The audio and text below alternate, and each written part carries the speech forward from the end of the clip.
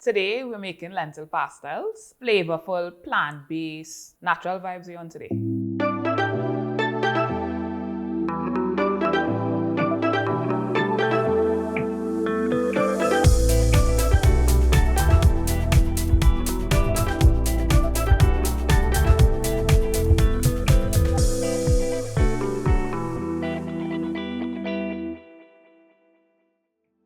Hi, so my name is Adanna and I am the owner of Ad-Yana Foods. And today Baidawi invited us to make our lentil pastels. So Baidawi tried our lentil pastels, he loved them. So we're here today to show you all our little secrets, our little technique. It's different, it's not the usual lentil pastel method or pastel method, because lentil pasta is not really traditional in Trinidad and Tobago. So we're going to do it ital, we're going to do it plant-based, and we're going to give you the flavor, we're going to give you the vibe, we're going to give you ital, and we're going to do it with lentils. So let's start cooking. So now we are going to add our oil. So this is about 2 tablespoons of oil. We're going to add some garlic. It's basically a head of garlic. To the garlic, we are adding, this is also about 10 pimentos. We're all seasoning this pot right here, right? So we have the pimento, we have the garlic. We're gonna add some spice. Well, you could use whole pepper or you could use your red pepper flakes. So I'm just going to use some red pepper flakes. And now we're going to add some tomato paste, not ketchup, tomato paste, right? And now I'm going to add the ruku. Yeah? And we'll let that kind of go. Because I started making pastas actually with my grandmother. So for Christmas, we would make pastas like the week of Christmas. So Christmas Eve, I did helping Granny, but it was the traditional way. So it was with the pastel press. It was the balls of the cornmeal. It was that traditional way of making pastels. But since I turned plant-based, well, probably like a few years ago, about 4 or 5 years ago, I wanted pastels still, and I wanted my flavors, the traditional flavors. And somebody told me about lentils for pastels. And I was like, that sounds like a really good idea. And boom, we tried it and flavor. So we started to sell it under my brand, Ad-Yana Foods. And it was definitely a hit. I'm gonna put a little bit of jeera, because lentils and jeera, perfect mix. So a little jeera, and we're gonna add some fine thyme. Chuck that in, and the stems of celery. So I like to cook the stems first, and then I'll add the leaves at the end because I don't want the leaves to wilt. I'll add the stems now. And this is how you get flavor into anything. Lentils, meat-based things, you have to add your flavors and you have to layer the flavors. You add your steps and you get your flavor in. It's not just to throw everything at one time and hope for the best at the end. So we add in nice layers of flavor. So we're gonna add a little water. Going to let that continue to do its thing. And I feel like I nearly forget my bay leaf, which would have been a crime, but I have 3 leaves of bay leaf here. I'll use 1.5. So you have to rip your bay leaf. You don't just throw the whole bay leaf into the pot. Rip your bay leaf.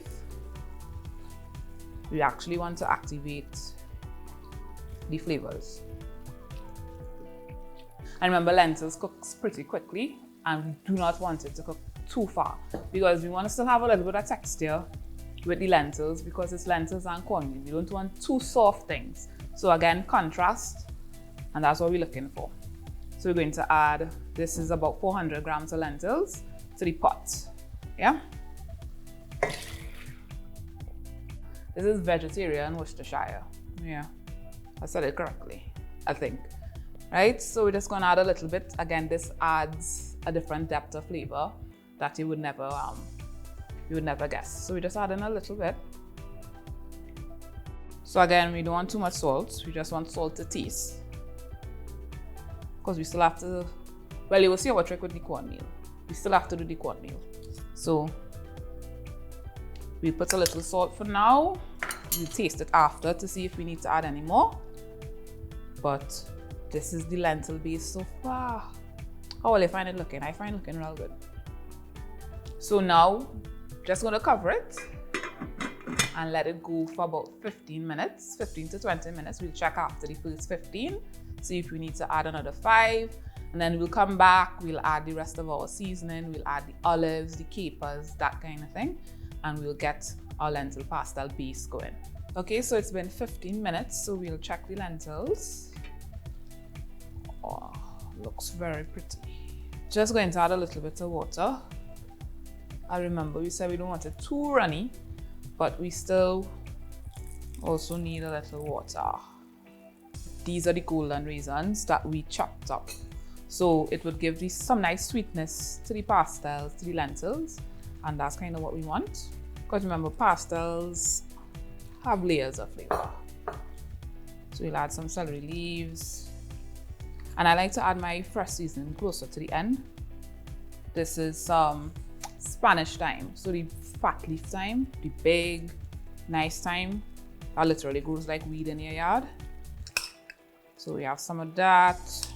And this is some chive, regular thing here. I know some persons would be like, oh gosh, so much raisins, but yes, you like the little sweetness. These will definitely plump in the heat. So I think the peas and everything, they're good to go. They have all the flavor. So I'm going to turn off the heat. So you're seeing how it's looking already. It's looking proper. So we're going to add the chopped olives. And now we're just going to add some capers. Yes. Have all your meat pastels not looking like this, right? When your lentils finish, you add a little bit of sugar on top. Let's just kind of separate that a little bit. You add a little sugar. You don't add too much sugar to the lentils. You just add a little sugar at the end of lentils, and it brings out the flavor of the lentils. So this is the lentil mix here. It's beautiful, colorful. You get every little piece, and now we're ready for the cornmeal. All right, so I have my mom here with me, and she's the one that usually does the cornmeal. So remember I said it's not your traditional cornmeal bowl. We're doing it a little bit differently here. So we have our ingredients. We have mommy, and I call her Birdie. So we have Birdie, and we are going to start with a broth for the cornmeal. So how do we do it? Okay, we add a little oil. Do you want to use this oil or this oil? No, this oil. Okay. We add a little oil to the pot. We add some onions. We are going to saute the onions. We add pimentos. Some Spanish thyme mix. We add the shallot. So take about 5 minutes until the onion becomes translucent. And then we can add some water. Because you know, usually people they have the cornmeal, they add hot water and probably like some margarine or some cooking, or not cooking, but like butter. And that's it. Yeah, we are elevating our cornmeal here. We have some actual flavor in the cornmeal. And then sometimes you get it and the cornmeal is dry and flavorless and just kind of thick. Yeah. Four.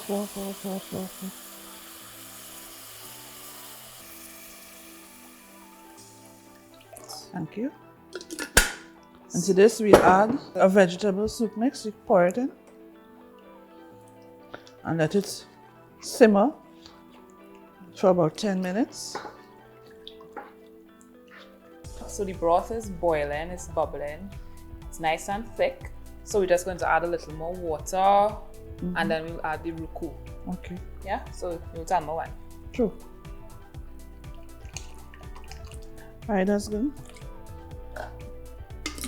And a little ruku. Yeah, because you don't want orange cornmeal. Alright. Good. Alright. So add some salt. This is good. Yeah, you find looking nice? Yes, turn off the stove, please. What do you need to do now? Turn off the stove, then we're going to add more water, bring it to a cooler temperature, then we're going to strain out The liquid. and get the liquid. Okay, all right. It's still hot, but... So that was about a cup of oil, or 3/4 cups of oil. Oh, yeah. Now we're going to slowly add the cornmeal. Nice.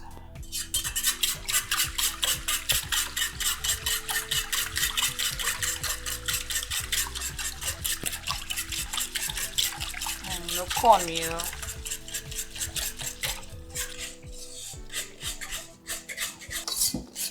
Yeah. I have you doing all the heavy mixing. Yes. You want me to develop my biceps and triceps? Right, this is good. Yes. Next stage, putting the two together. So what we do, we have a piece of foil. We add our banana leaves. A little oil and spread it out. Take 1 scoop of the cornmeal.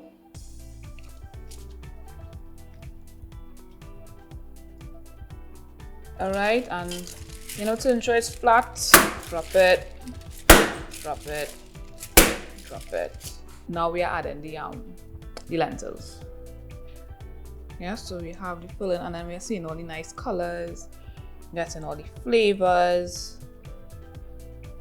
And then I'll take a little of the fresh olives. And then also a little of the fresh capers. Just drop it on top. And now we're going to fold. Well, fold, but that's not the traditional fold. So we flip it over.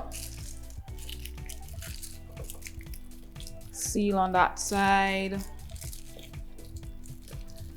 Seal on this side.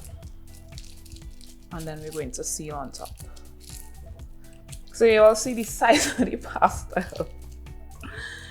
You get the full form of the pastel one time. So you see what you're getting. So this is pastel number 1. It fat up. Quite full in. 1 can be a meal, just add a salad.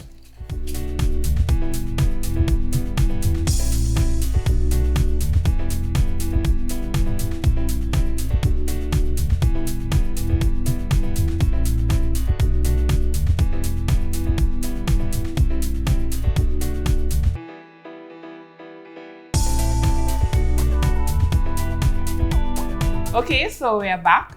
We made the pastels. So we have about 14 pastels here. We make not a double boiler, but we have our own, I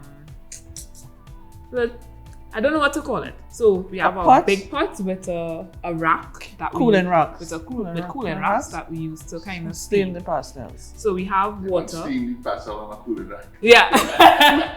The irony. Yeah, so we're steaming pastels on the cooling rack, and we have some water at the base, but not enough to touch the pastels on the cooling rack.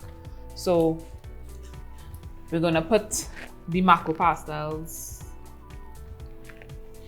down, and we don't want to put too many on top of each other because they're heavy, so we don't want them to burst. And the last one. And now we're just gonna cover. And we're going to leave them to steam straight through for about 40 minutes. And then it will be ready to eat. Okay, so pastel is done, steamed, ready to go. So we have it next to a little salad here. So for lighter vibes, we have it on our leaf, and you're seeing the size and the lusciousness of the pastel. Here you go first, Birdie. Birdie. Yeah, Birdie, yeah. So you're seeing how much lentils. You're seeing the raisins. You're seeing all the flavor. It's really flavorful. My brother and I, we actually make Christmas breakfast for the parents. So we have some meat dishes, that kind of thing for them to eat. But to incorporate me in the whole mix, I have my lentil pastels, and my dad actually really likes the lentil pastels as well. So Granny used to make chow chow from scratch. Rest in peace, Granny. We don't have chow chow from scratch anymore. So we have to buy bottled store-made chow chow. But yeah, pastels, you're getting the briny flavor, you're getting the olives, you're getting the raisins to the sweetness, and you're getting the little spice. So Enjoy. everything. Although she always tells me I'm the oink one, I enjoy the lentil pastel. I don't have a problem with it. It's flavorful. It tastes like pastel. As a friend told me, she said it tastes like pastel, it look like pastel, but oh Lord, I'm sorry, I like meat. Well, thank you, Mommy, for coming on with me today. I know you're a little shy. I know you really don't want to be in front of the camera, but it's nice. It's just looking nice in the orange and thing. Purple color and everything. I like you. Right? Thanks for coming. Thanks for showing me how to make the cornmeal for the pastels. So you know I do my little thing with the peas itself, but the cornmeal is all burly. Right? So thanks for coming again. I hope you try it at home. Let us know how it goes. It's non-traditional, but it's full of flavor, and I know you would like it. So send us your pictures, let us see how it looks, tag us in your posts. You know, try some lentil pastels. It's Christmas. You have the ham, you have the turkey, so at least one dish could be ital. Yeah? Ital is vital. Ital is vital all the time. Yeah, and sometimes after all the meat, you need to give your body a little rest. So go off the meat for one day, have a lentil pasta. It's always good to take a day of rest from the meat.